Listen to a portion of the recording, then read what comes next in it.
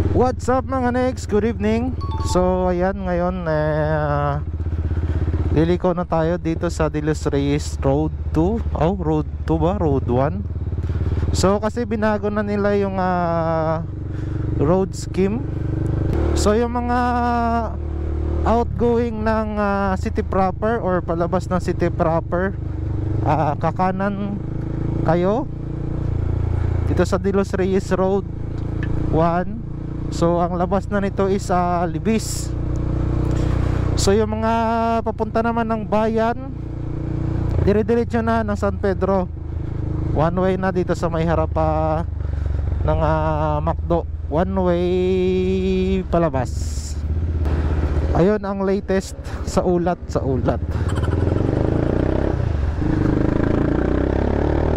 So titignan natin mga next kung anong ganap dito kapag palabas ng city proper. Dito ang daan.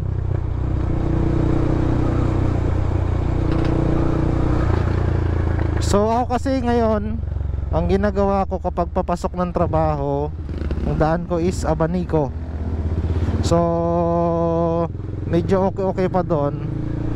Kasi kapag dito ka is masikip, maraming mga multicab nakasabay.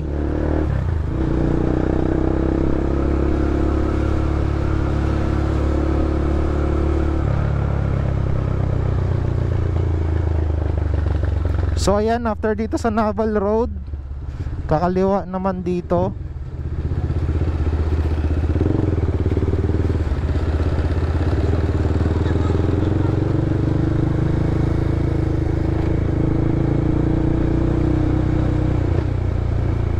Nakalimutan ko na kung anong road ito. Basta yung papasok sa may Coliseum. Coliseum?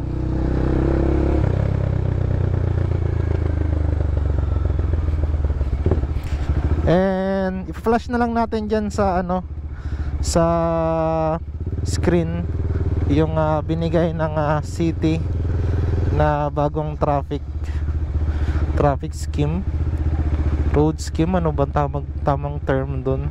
Kayo nang bahala. Yan, so no entry na dito mga negs. Kakanan tayo dito sa Heredero Road. So one way din dito.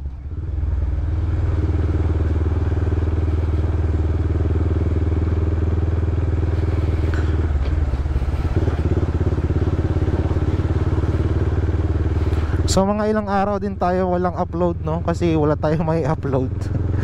Tsaka kasi pag uwi sa bahay walang internet, mahina yung data. Kasi nag-apply tayo kay Converge, kaso lang wala pa silang linya sa loob.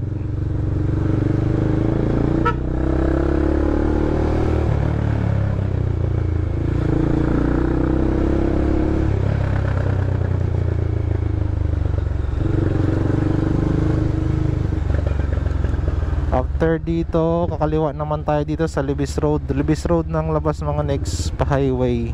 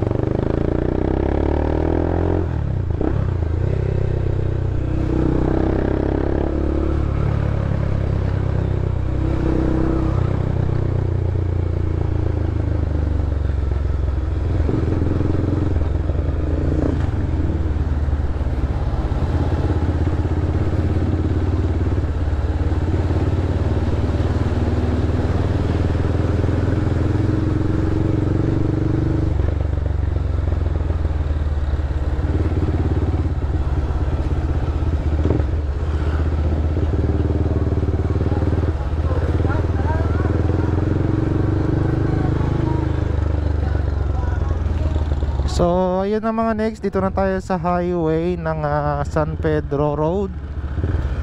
So ganun lang kadali. Hindi naman siya ganun ka-traffic. Hindi ko lang alam kapag araw. So bago ang lahat, shout out muna kay Bossing. Ayan, Thank you, nag-message siya sa atin na ride safe always raw. Salamat bossing. Mabuhay ka hanggat gusto mo. Thank you, thank you.